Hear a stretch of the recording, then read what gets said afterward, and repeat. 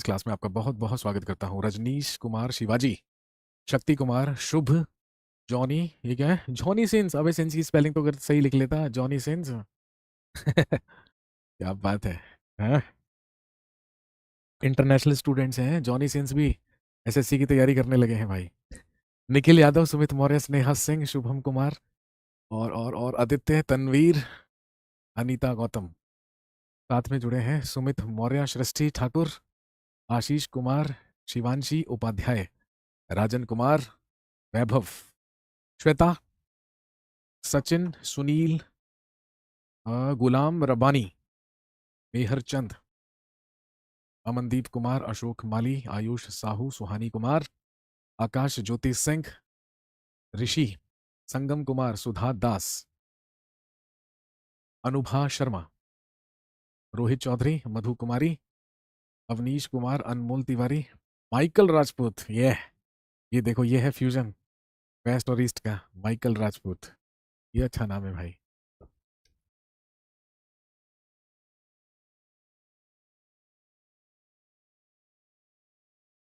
हाँ, तो चलिए, आप अच्छी तरीके से जानते हैं कि हिस्ट्री में हम लोग एंशियंट हिस्ट्री के बारे में पढ़ रहे थे, यानी कि प्राचीन इतिहास के बारे में पढ़ रहे थे। और प्राचीन इतिहास का सबसे पहला टॉपिक जिसमें हम बात कर रहे थे अबाउट सोर्सेज ऑफ हिस्ट्री, यानी कि इतिहास के स्रोत के बारे में।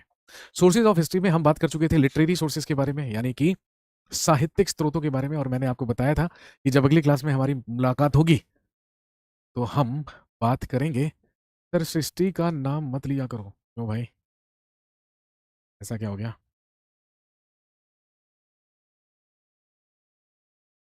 तुम्हारी भैंस खोल ली क्या इसने?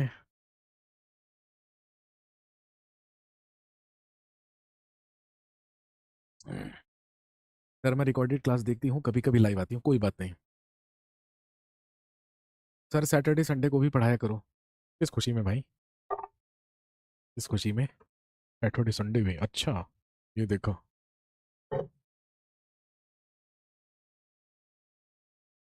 हम सैटरडे संडे भी पढ़ाएं? तुम पढ़ाई मत करो कभी भी, है ना?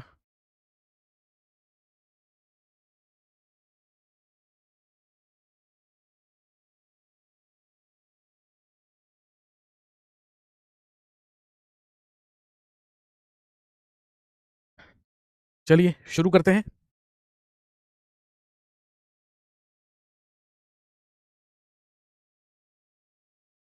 This is ancient India.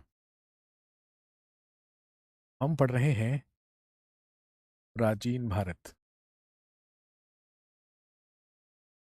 Ancient India या प्राचीन भारत। और प्राचीन भारत में हम बात कर रहे थे अबाउट सोर्सेज ऑफ हिस्ट्री, यानी कि इतिहास के स्रोत। वो इतिहास के स्रोत जहां से हमें अतीत में घटित हुई घटनाओं के बारे में जानकारी मिलती है। और हम तो पहले ही बैच में या पहले ही क्लास में पढ़ चुके हैं कि अतीत में घटित हुई घटनाओं की जानकारी देने वाले ही ग्रंथ को इतिहास कहते हैं। आपके नेम में मेरी फैमिली के नेम आते हैं। ओके,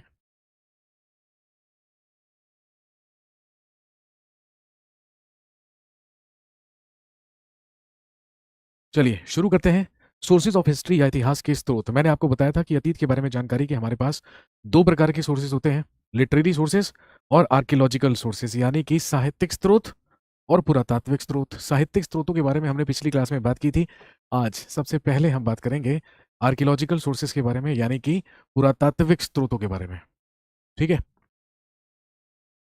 तो सबसे पहले लिटरेरी सोर्सेज हम पढ़ चुके हैं। आज हम बात करेंगे अबाउट आर्कियोलॉजिकल सोर्सेज के बारे में।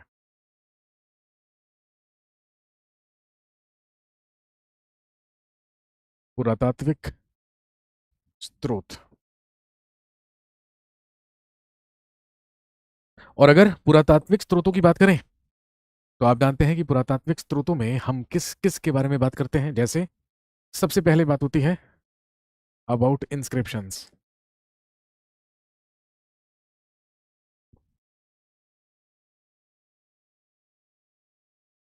अभिलेखों के बारे में। क्या होते हैं इंस्क्रिप्शंस? क्या होते हैं अभिलेख? सर, सोर्सेज को पढ़ना जरूरी है मेरे भाई। ज़रूरी नहीं है, लेकिन क्वेश्चन तो आते हैं ना। अब जब क्वेश्चन आएँगे तो फिर आप आंसर कैसे करेंगे?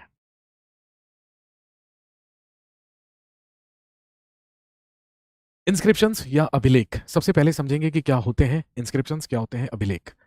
दोस्तों ध्यान रखेंगे, पत्थरों पर, मेटल्स पर, लकड़ी पर, रॉक्स पर, केव्स में उत्कीर्ण की गई जो हमें लिपियां मिली हैं या स्क्रिप्ट्स मिली हैं, उन्हीं को क्या कहा जाता है? इंस्क्रिप्शंस कहा जाता है, उन्हीं को अभिलेख कहा जाता है। और आप जानते होंगे कि भारत में पढ़े गए जो सबसे पुराने इंस्क्रिप्शंस हैं, जो सबसे पुराने अभिलेख हैं, वो सम्राट अशोक के अभिलेख माने जाते हैं, यानी कि वो एम्परर अशोका के इंस्क्रिप्शन से माने जाते हैं। लेकिन अगर हम विश्व के सबसे पुराने अभिलेख के बारे में बात करें, oldest inscription in the world, विश्व का प्राचीनतम अभिलेख किसे माना गया? बोगज कोई इंस्क्रिप्शन या बोगज कोई अभिलेख।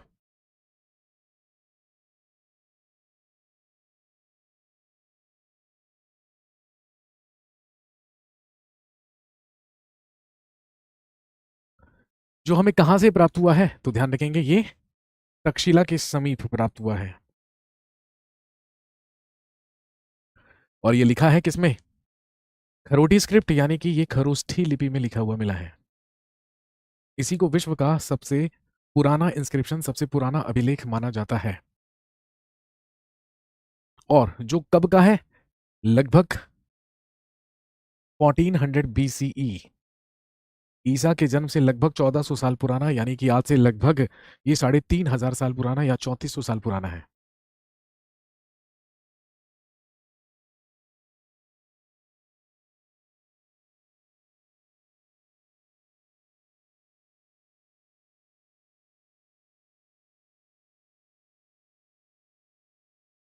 लेकिन अगर हम बात करें oldest inscriptions in India, Bharat में सबसे पुराने अभिलेख, तो वो माने जाते हैं इंस्क्रिप्शंस ऑफ अशोका।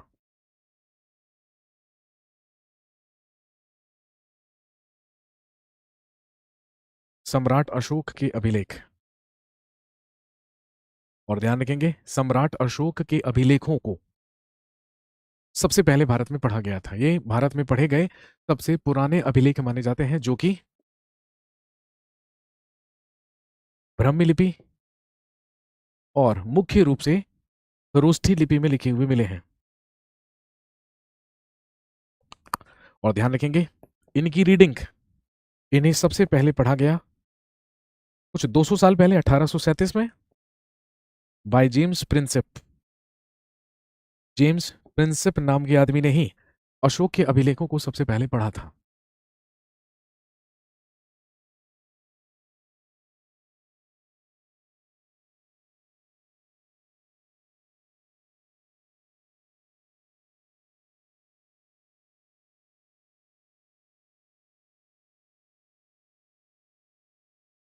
हाँ, इंग्लिश में भी लिख दीजिएगा, लिपि को लिखेंगे ना, Kharosthi script and Brahmi script. Kharosthi script और ब्रह्मी स्क्रिप्ट में मुख्य रूप से हमें इंस्क्रिप्शंस ऑफ अशोका या अशोक के अभिलेख लिखे हुए मिले हैं।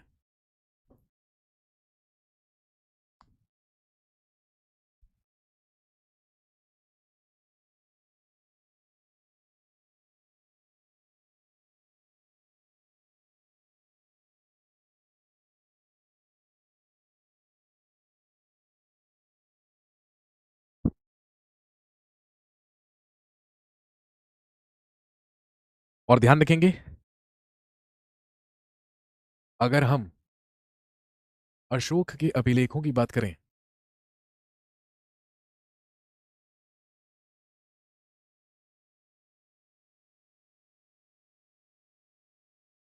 अगर हम इंस्क्रिप्शंस ऑफ अशोका या अशोक के अभिलेखों की बात करें, तो इन्हें 3 कैटेगरीज में डिवाइड किया गया है। इसकी 3 कैटेगरीज हैं अशोक के अभिलेखों की।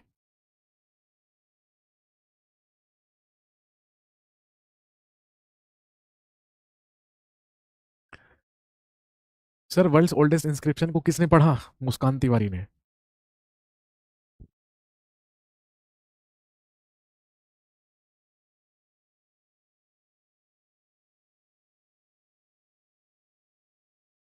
सबसे पहले कहलाते हैं रॉक एडिक्ट्स, जिसे आप हिंदी में कह सकते हैं शिलालेख। दूसरे होते हैं पिलर एडिक्ट्स, जो हिंदी में कहलाते हैं स्तंभलेख। और एक होते हैं दोस्तों केव इंस्क्रिप्शन, गुफा अभिलेख। इन तीन कैटेगरीज में अशोक के अभिलेखों को डिवाइड किया गया है। तो यानी कि अशोक के अभिलेख तीन प्रकार के होते हैं, एक शिलालेख, एक स्तंभ लेख और एक गुफा अभिलेख। और अगर हम शिलालेख की बात करें, रॉक एडिक्ट्स की बात करें, ये भी दो प्रकार के हैं। सबसे पहला मेजर रॉक एडिक्ट्स और दूसरा माइनर रॉक एडिक्ट। मेजर का मतलब दीर्घ शिलालेख और माइनर का मतलब लघु शिलालेख।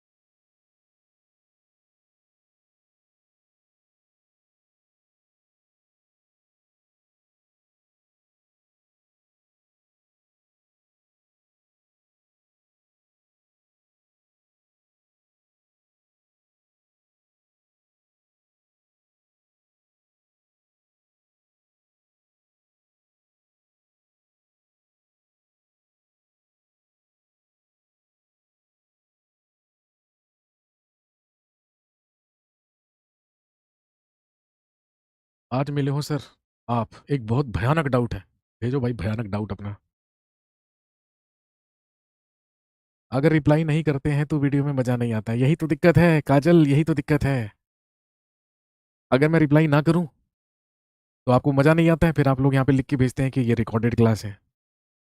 और अगर रिप्लाई करें तो फिर आप कहते हैं कि बताइए रिप्लाई काहे कर रहे हैं। एक्चुअली बस उन्हीं को प्रॉब्लम होती है जिनका रिप्लाई नहीं करते हैं। जिनको रिप्लाई मिल रहा होता है वो तो खुश रहते हैं, फिर तो उन्हें चाहे ना भी पढ़ाओ वो तब भी खुश हैं।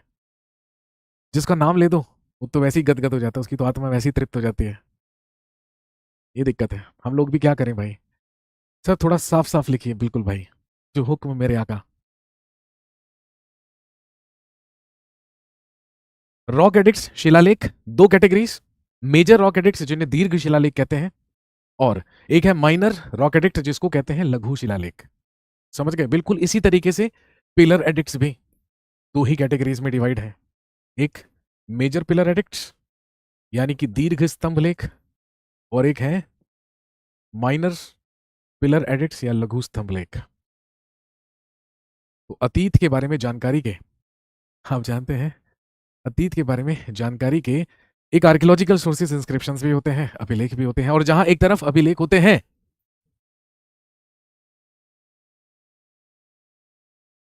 तो वहीं दूसरी तरफ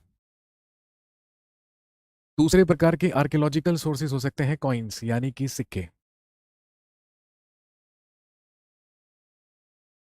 अब आप सोचेंगे कि यार सिक्कों से हमें अतीत के बारे में जानकारी कैसे मिलेगी? मिलेगी, काहे नहीं मिलेगी, जरूर मिलेगी।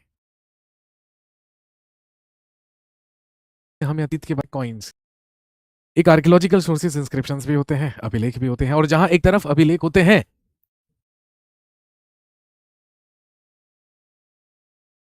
तो वहीं दूसरी तरफ दूसरे प्रकार के आर्कियोलॉजिकल सोर्सेस हो सकते हैं कॉइन्स यानी कि सिक्के। अब आप सोचेंगे कि यार सिक्कों से हमें अतीत के बारे में जानकारी कैसे मिलेगी? मिलेगी भी होते हैं, अभिलेख भी होते हैं, और जहां एक तरफ अभिलेख होते हैं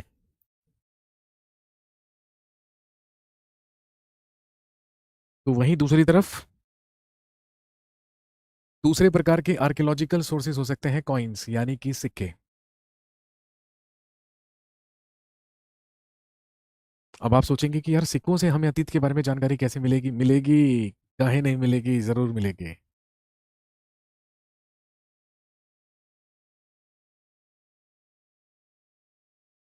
आह,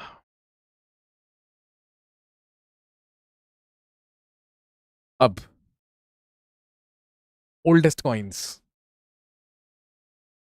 भारत के इतिहास में प्राचीनतम सिक्के कौन से माने गए हैं? तो ध्यान रखेंगे, लगभग ईसा के जन्म से 600 साल पहले 600 बीसी में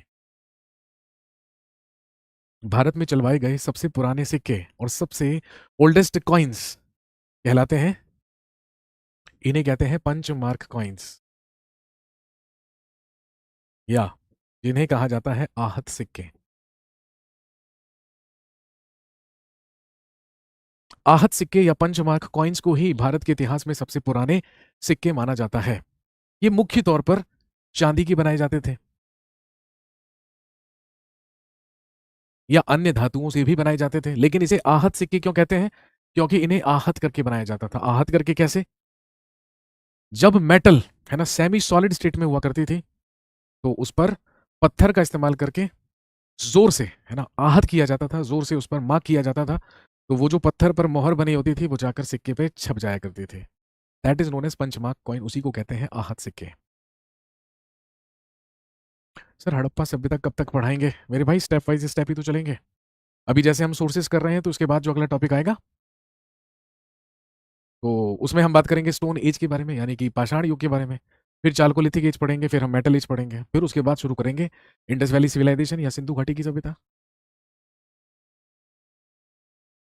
सर सूफी आंदोलन और भक्ति आंदोलन का पढ़ाएंगे, भी पढ़ाया जाएगा बाद में।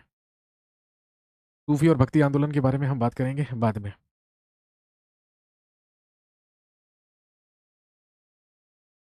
इसके अलावा आप जानते होंगे हमारे देश में ओल्डेस्ट गोल्ड कॉइन्स, यानी कि प्राचीनतम स्वर्ण सिक्के किसके द्वारा चलवाए गए? इंडो ग्रीक्स के द्वारा, यानी कि हिंद यूनानी शासकों के द्वारा या हिंद यूनानियों के द्वारा। प्योर गोल्ड कॉइन्स की बात करें, यानी कि शुद्ध स्वर्ण सिक्के, तो ये चलवाए कुशांस ने।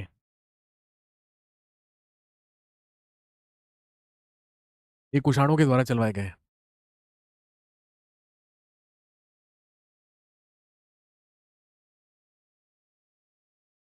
सर क्लास की टाइमिंग यही रहेगी क्या? इस पूरे वीक क्लास की टाइमिंग यही रहेगी, क्योंकि मैं जयपुर में हूँ। अगले वीक फिर मैं दिल्ली में होऊंगा। जब मैं दिल्ली में होऊंगा तो क्लास मॉर्निंग में होगी, एक हफ्ते मॉर्निंग एक हफ्ते आफ्टरनून। किताबों के समुंदर से वो मोती ढूंढ लाते हैं, बिना शोर किए वो खामोशी से मंजिल दिखाते हैं। यूं तो महफिली जमती हैं यहाँ बहुतों के नाम की, पर सादगी से दिल जीतना बस अभिषेक सर को आता है। अरे वाह आकाश, इतिहास को रटना तो महज एक मजबूरी थी, पर आपसे पढ़ा तो जाना कि ये विरासत कितनी जरूरी थी। Good good good. इनके अंदर मिर्जा गालिब की आत्मा आ चुकी है इतिहास पढ़ते पढ़ते, और अब ये गालिब नुमा बातें करने लगे हैं यहाँ पर। सर इंडो ग्रीक्स मतलब जब मौर्यन एम्पायर समाप्त हुआ, तो मौर्यन एम्पायर समाप्त होने के बाद शुंग वंश आया, शुंगा डायनेस्टी। तो शुंगा डायनेस्टी में ही कुछ विदेशियों ने हमारे देश पर अटैक किया, जिन्हें इंडो ग्रीक कहा गया। ये अफगानिस्तान के बैक्ट्रिया में शासन किया करते थे और इनके पूर्वज ग्रीक्स हुआ करते थे। और लेकिन जब ये इंडिया में आए और उन्होंने यहाँ पर अपनी डायनेस्टी एस्टेब्लिश कर ली, तो इनको इंडो ग्रीक्स कहा जाने लगा, ये हिंद यूनानी कहलाने लगे। प्लीज बता दीजिए ना, मराठास और सिख कब पढ़िएगा? पढ़ाएंगे बेटे, सब एक ही दिन में एक ही बारी में एक ही क्लास में सब कुछ कैसे करा दूं बताओ? मराठास एंड पेशवास हम मॉडर्न में पढ़ेंगे।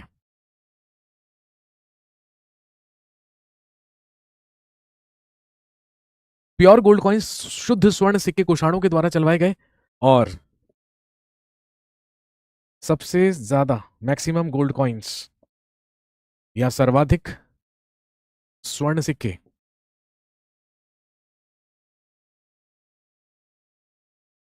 मैक्सिमम गोल्ड कॉइन्स या सर्वाधिक स्वर्ण सिक्के चलवाए गए किसके द्वारा? गुप्त काल में, गुप्ता पीरियड में। मुसलमानों में मोहम्मद बिन कासिम ने, यूरोपियंस में डचों ने। सर अंग्रेज से हम लोग नहीं, हम लोग से अंग्रेज आजाद हुए हैं, ये बात बिल्कुल ठीक है भाई। एक्चुअली हम अंग्रेजों से नहीं, अंग्रेज हमसे आजाद हुए हैं, ये अच्छा था।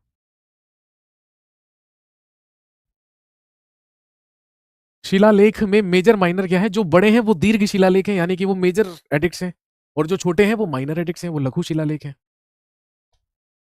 बस इतना सा फर्क है दोनों में।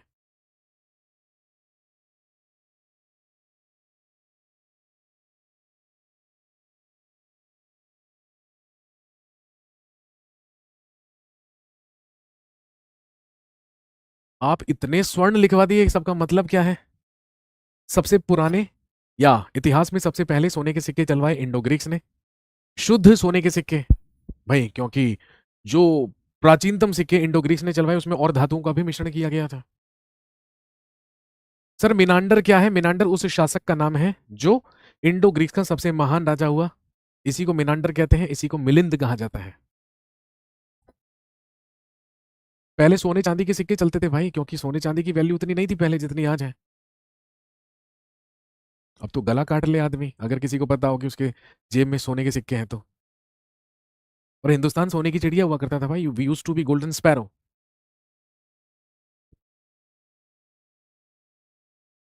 मैक्सिमम गोल्ड कॉइन्स, सर्वाधिक स्वर्ण सिक्के गुप्त काल में चलवाए गए। तो सिक्के भी अतीत के बारे में जानकारी का एक इंपॉर्टेंट सोर्स बने। इसके अलावा मॉन्यूमेंट्स, वो सारे के सारे स्मारक, वो सारी की सारी इमारतें, वो सारी की सारी बिल्डिंग जो हमें अतीत के बारे में जानकारी देती हैं। जैसे कि आप जानते हैं इसमें हम फोर्ट्स या किले भी शामिल कर सकते हैं। इसमें हम फोर्ट्स या किलों को भी शामिल कर सकते हैं।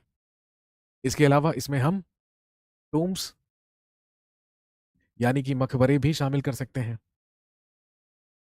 इसमें हम टेम्पल्स, मंदिर भी शामिल कर सकते हैं।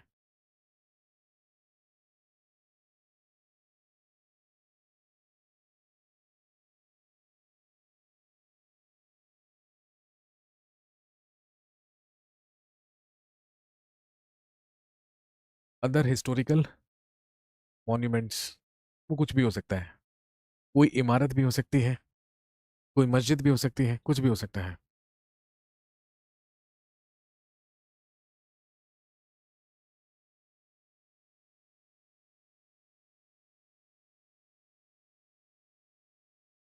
इसके अलावा स्टैचूज यानी कि मूर्तियां। इसके बाद स्टैचूज या मूर्तियां। और आप जानते हैं कि भारत में मूर्तिकला की शुरुआत, स्कल्पचर आर्ट की शुरुआत मानी जाती है फर्स्ट सेंचुरी में, यानी कि प्रथम शताब्दी में। और आप जानते होंगे कि भारत में जो मूर्तिकला है या मूर्तियां दो आर्ट्स या दो कलाओं में बनाई जाती थी। एक गांधार शैली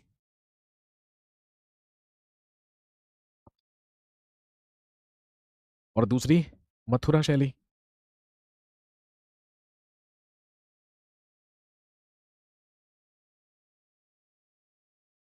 गांधार शैली और मथुरा शैली।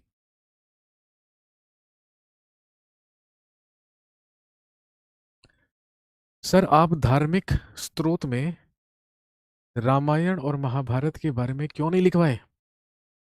मैंने लिखवाया तो था। ब्राह्मण टेक्स्ट यानी कि ब्राह्मण ग्रंथ, बौद्ध ग्रंथ और जैन ग्रंथ लिखवाए तो थे। और आप जानते होंगे ना महाभारत तो एक एपिक है, तो मैंने लिखवाया था ना महाकाव्य एपिक, तो एपिक में ही महाभारत आ गया।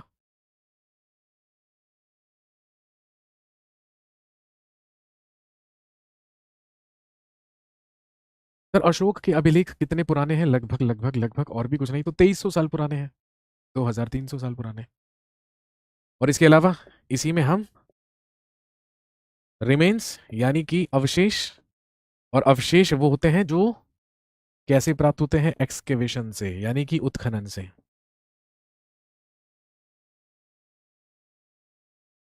और इसके अलावा सील्स यानी कि मोहरें एटसेट्रा, ये सारे के सारे वो आर्कियोलॉजिकल सोर्सेज हैं जो हमें अतीत के बारे में जानकारी देते हैं। गांधार आर्ट कौन सी होती है? गांधार आर्ट वो आर्ट है जिसको या जिसकी इंस्पिरेशन यूनान से यानी कि ग्रीस से ली गई है।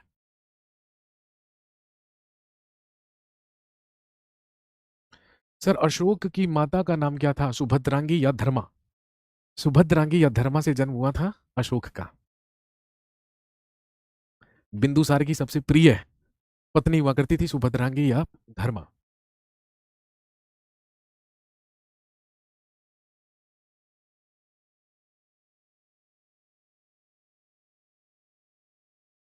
अवशेष क्या है? अवशेष वो सारी की सारी चीजें हैं जो खुदाई से प्राप्त होते हैं या जो एक्सकेवेशन से मिलते हैं।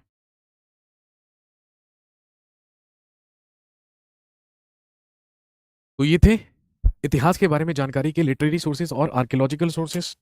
आज की कहानी को यहीं तक रखेंगे और कल जब आपसे मुलाकात होगी तो कल हम स्टार्ट करेंगे पढ़ना अबाउट स्टोन एज यानी कि प्री हिस्टोरिक पीरियड।